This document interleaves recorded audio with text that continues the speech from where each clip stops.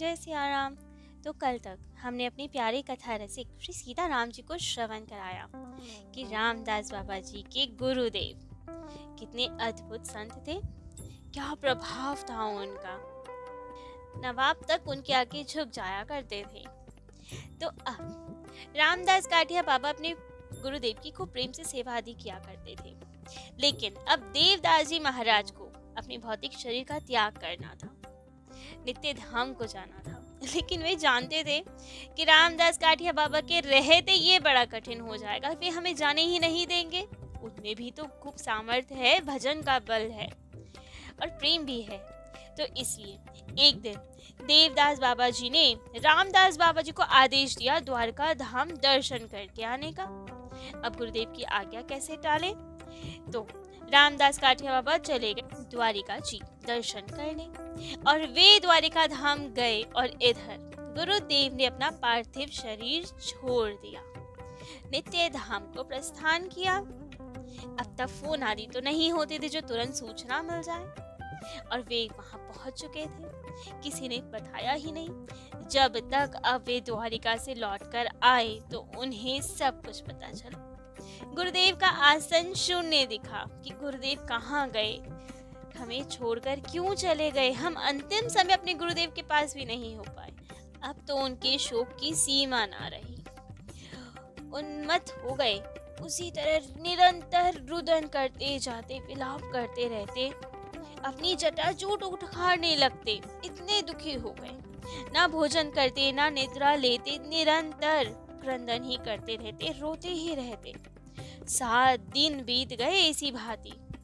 तब तो देवदास जी महाराज ज्योतिर्मय मूर्ति के स्वरूप में आए, अपने इस शोकग्रस्त शिष्य को सांत्वना दी, खूब प्रेम किया, स्नेह भरे कंठ से कहा, वत्स तुम इतना शोक क्यों करते हो?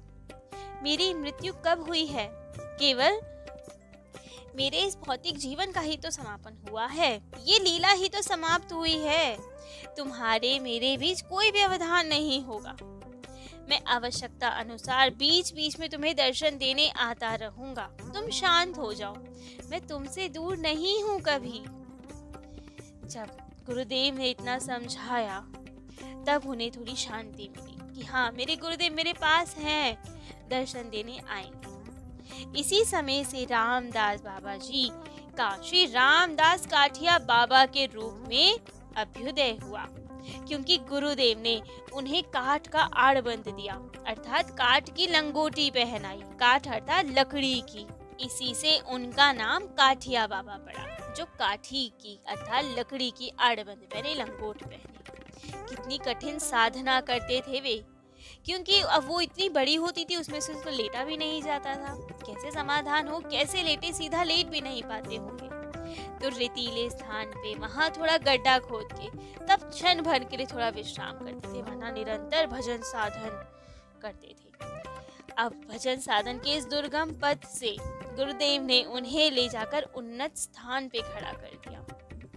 गुरुदेव की जितनी भी दैवीय संप्रदा थी, सब संपदा के आप उत्तराधिकारी बन चुके थे। अद्भुत शिष्य थे आप उनके जीवन में भी बहुत सारी ऐसी घटना हुई जैसे कि उनके गुरुदेव के जीवन में घटित हुई थी। एक समय की बात, एक बार आप ग्राम में पंचध्वनि प्रज्वलित करके ध्यान में बैठे थे। पंचध्वनि प्रज्वलित करना अर्थात बड़े बड़े कंडे लगाकर 5 धुनी जलाना और उसके बीच में कठोर तपस्या करना, ध्यान लगाना। लेकिन उनके साथ के कोई सन्यासी थे जो आपकी ख्याति से बहुत ईर्ष्या करते थे, आपसे ईर्ष्या करने लगे थे कि सब क्यों इन्हें इतना मानते हैं, क्यों इतनी प्रसिद्धि है। तो जब रामदास काठिया बाबा ध्यानस्थ थे तो उन्होंने चारों ओर सहस्त्रों उपले लगा दिए, वहां उपलों का ढेर लगा दिया और उनमें आग लगा दी, जिससे सबके बीच जलकर काठिया बाबा शरीर त्याग दे, उनका शरीर भी भस्मीभूत हो जाए। और बाबा तो ध्यान मग्न थे ही, उन्हें तो पता ही नहीं था बाहर क्या हो रहा है, लेकिन उनके चारों ओर अग्नि धू धू करके जलने लगी और वो सन्यासी तो अग्नि लगा के लापता, भाग गया वो वहां से। लेकिन जब ग्राम वासियों को पता लगा कि काठिया बाबा के चारों ओर अग्नि लग गई, बहुत डरे, सब दौड़ पड़े बाबा के पास। लेकिन बाबा तो दिखाई कहाँ दे इतनी अग्नि के बीच। सबको अब यही लगा कि काठिया बाबा का शरीर तो अवश्य ही भस्मीभूत हो गया होगा। फिर भी जैसे तैसे अग्नि बुझाई उन्होंने, तो देखा काठिया बाबा तो योग युक्त अवस्था में शांत भाव से अपने आसन पे बैठे थे। उनका कुछ भी अनिष्ट नहीं हुआ था। सब और उनकी जय जयकार हो गई। तब तो किसी ने पूछा बाबा से, बाबा क्या रहस्य है, इतनी प्रचंड ज्वाला में आप कैसे बच गए? तब तो बाबा ने कहा, पंचधुनी चलाकर ध्यान करने से पहले साधक को आत्मरक्षा का मंत्र चैतन्य कर लेना होता है, क्योंकि हम तो ध्यानस्थ होते हैं, तो पहले मंत्र से स्वयं की रक्षा कर लेते हैं, उसके बाद ध्यान में बैठते हैं। लेकिन इतना तो बता दिया रहस्य। उसके बाद कुछ देर मौन रह के फिर मुस्कुराते हुए बोले, जिसका देह अग्नि में जल जाए वो योगी ही कह सकता। अर्थात आप अद्भुत योगी थे। जो सच्चा योगी होगा उसे अग्नि भी कुछ नहीं कर पाएगी। उसके पास योग बल इतना होगा कि अग्नि उसका बाल भी बांका नहीं कर सकती। ऐसे ही दिव्य थे बाबा। एक समय की बात, अब यमुना किनारे किनारे आगरा की ओर जा रहे थे। क्योंकि वाहन आदि का प्रयोग उचित नहीं लगता था, तो पैदल पैदल जा रहे थे भजन करते हुए। लेकिन उसी समय सिपाहियों का कुछ विद्रोह चल रहा था। अंग्रेजों का शासन था इस समय। गोरे सैनिक आए और एक जहाज ने यमुना जी में लंगर डाला। उसी समय वहां पे उतरने लगे, और जब उन सैनिकों ने आपको देखा, आप तो दिव्य स्वरूप में थे, जटाजूटधारी, तब तो एक सैनिक आया और बंदूक तांग दी बाबा पे, क्योंकि उन्हें हमारे धर्म से तो हमेशा से समस्या थी, संतों से समस्या थी। तो बिना कुछ जांचे पूछे काठिया बाबा पर गोली चला दी, और गोली बाबा की बिल्कुल कान के पास से निकली। लेकिन बाबा ने कुछ ध्यान नहीं दिया, देखा तक नहीं सैनिक की ओर। सैनिक ने फिर से बंदूक उठाई।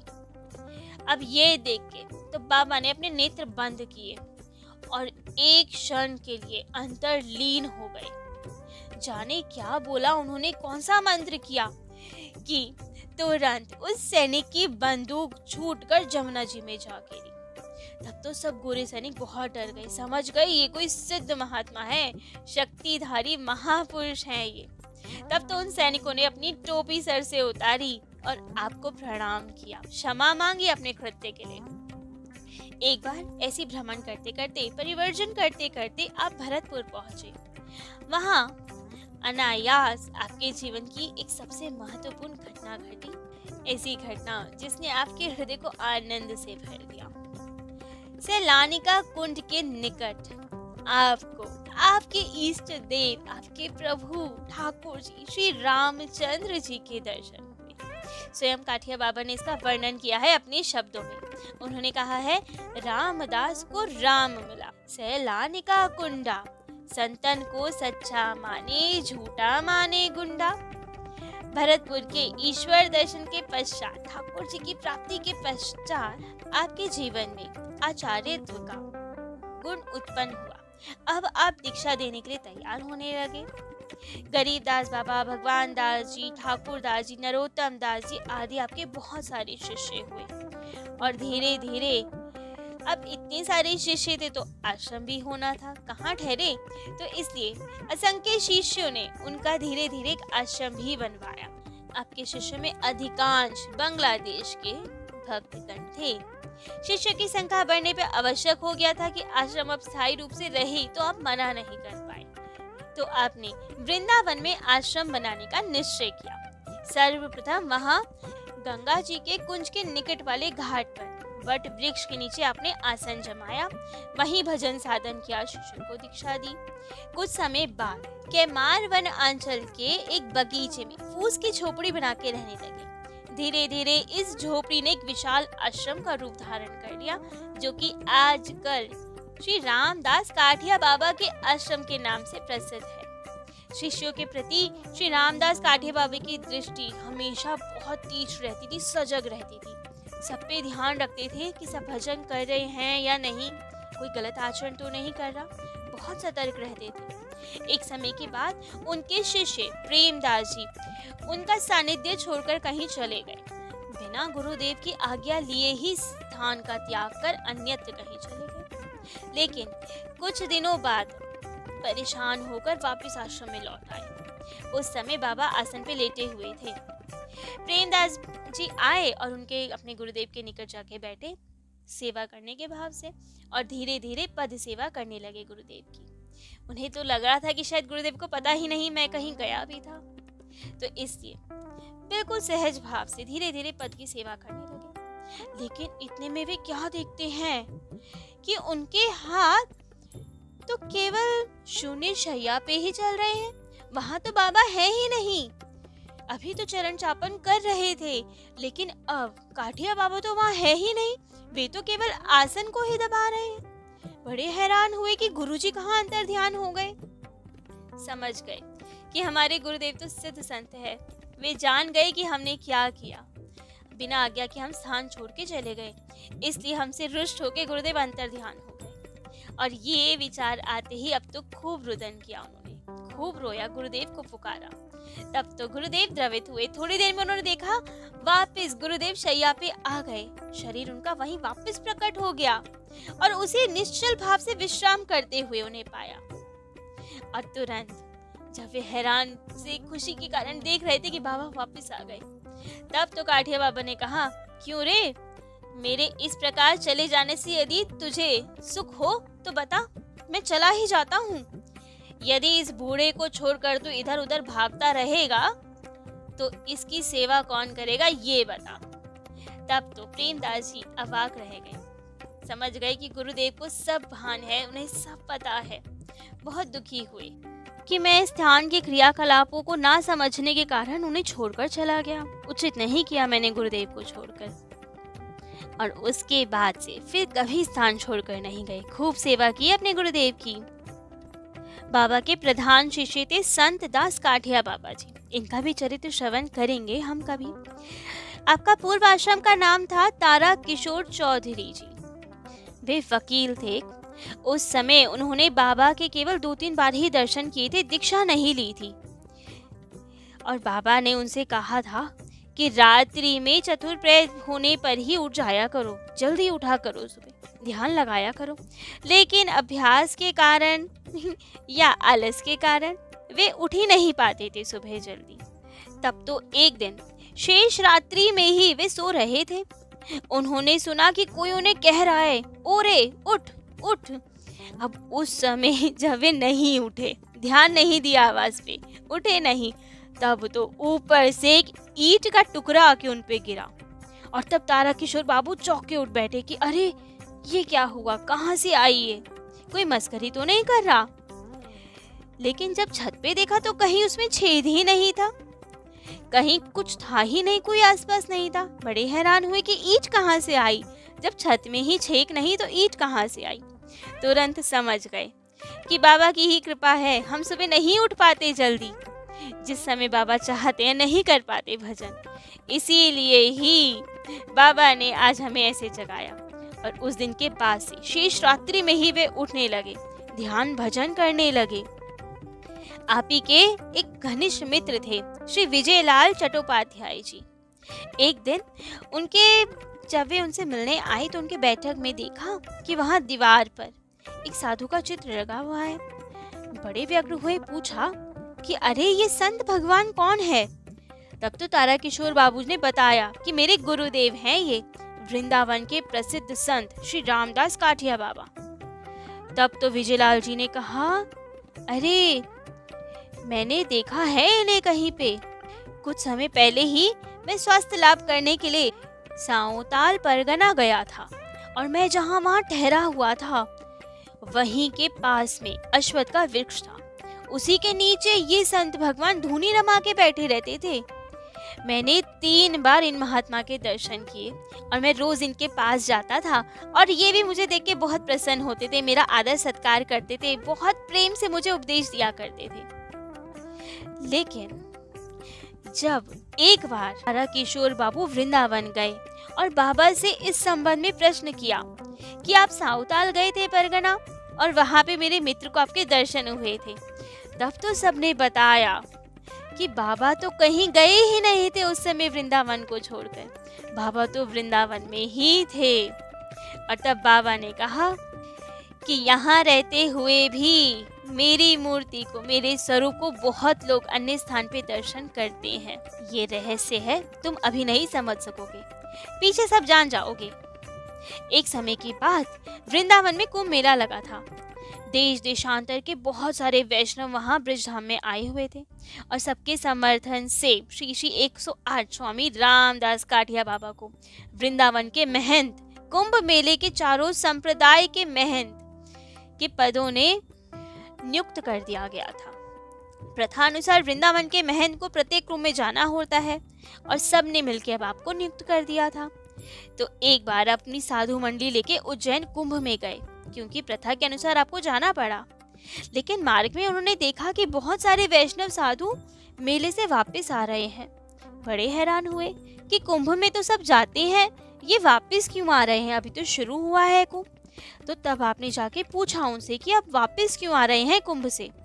तब तो उन वैष्णव जनों ने बताया कि मेले में एक शक्तिधर, बहुत शक्तिशाली शैव सन्यासी आ गए हैं और उन्होंने अपनी अलौकिक शक्ति से, योग विद्या से उज्जैन के राजा को अपना अनुगत कर लिया है, अपने अधिकार में कर लिया, अपना शिष्य बना लिया है। और इससे उत्साहित होकर शैव सन्यासियों ने पूरे मेले पे अपना अधिकार जमा लिया है। वैष्णव साधु को वो कहीं नहीं ठहरने दे रहे, पूरे कुंभ मेले में शैव साधु ही हैं। अब ये सुन के तो काठिया बाबा बहुत क्रोधित हुए। उन्होंने कहा, तुम लोग बेकार में ही साधु बने हो, तुमने अपना सिर तो नीचा किया ही, अपने ईष्ट देव भगवान विष्णु की भी मर्यादा की हानि कर दी। कुंभ मेले में अपने अधिकार के लिए तुम्हें लड़ना चाहिए था, मर भी जाते तो क्या होता, ठाकुर जी के लिए प्राण विसर्जन करते ना तो उनके धाम को जाते। तुम लोग तो बहुत कायुर पुरुष हो। और ये कहकर अब सबको खूब डांटा। अब बाबा की वाणी सुन के तो सब में जोश भर आया, सबको ग्लानि हुई कि हमें नहीं आना चाहिए था। और फिर तो सब साधु चल दिए बाबा के साथ कुंभ मेले में और अपने अपने स्थान पर अधिकार करने लगे। सबसे आगे हाथी पर बैठे हुए काठिया बाबा गए और पीछे पीछे बहुत सहस्त्रों वैष्णवों की फौज।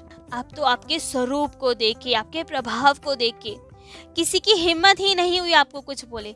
लड़ाई झगड़ा तो दूर, सब आपको देखते भयभीत होकर ही सारे स्थानों को छोड़कर भाग गए, अपने अपने स्थानों में जा छिपे।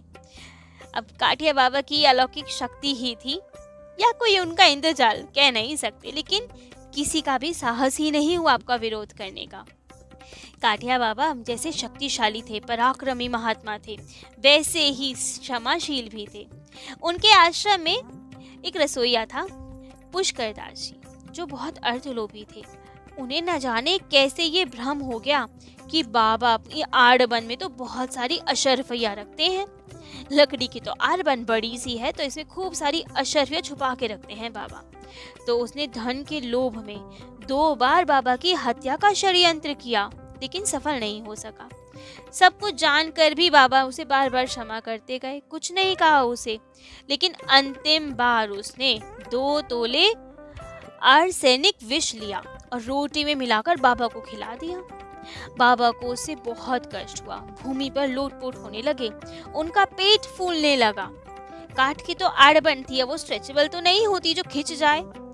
इतना पेट फूलने लगा और इतना दबाव होने लगा उस पे कि वो असहनीय हो गया। तब तो सेवकों ने अनुमति ली बाबा से और लेकर आड़बंद को काटना पड़ा। उस समय बाबा के शिष्य विजय कृष्ण गोस्वामी जी ने अपनी अंतर्दृष्टि से सब कुछ जान लिया। वहीं बैठे बैठे उन्हें काठिया बाबा के बारे में सब पता चल गया और सब कुछ जान के वे तारा किशोर बाबू के पास आए और कहा, तुम्हारे गुरुदेव को किसी साधु ने विष दे दिया है।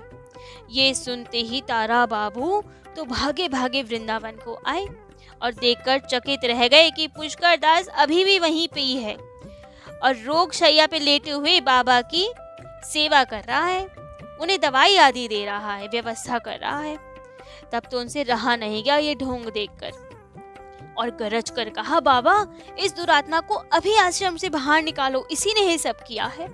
तब तो काठिया बाबा ने बहुत शांत भाव से कहा, बेटा इसका भ्रम चला जाएगा, देख लिया ना इसने कि हमारे पास कोई अशर्फिया नहीं है, मेरे आड़बंद में कोई अशर्फिया नहीं है, जो ये लेना चाहता है उसी के लिए तो मुझे मारना चाहता था। जब अशर्फिया ही नहीं है, आड़बंद कट गया है मेरा, तो इसका भ्रम भी मिट गया होगा, अब क्या लाभ इसे दंड देने का। तब तो पुष्कर दास को बहुत बुरा लगा, बहुत दुख हुआ। नतमस्तक हो गए वे सबके सामने और आश्रम से स्वतः ही चले गए। शीघ्र ही काठिया बाबा पूर्णतः स्वस्थ हो गए। उन शक्तिशाली महापुरुष के लिए रोटी में विष मिलाना वैसा ही था जैसे आटे में नमक मिलाना। उन्हें उसका कोई प्रभाव नहीं हुआ, लेकिन उस व्यक्ति के भ्रम को दूर करने के लिए बाबा ने ये लीलाएं की। बाबा की योग शक्ति का तो बहुत लोगों को अनुभव हुआ था।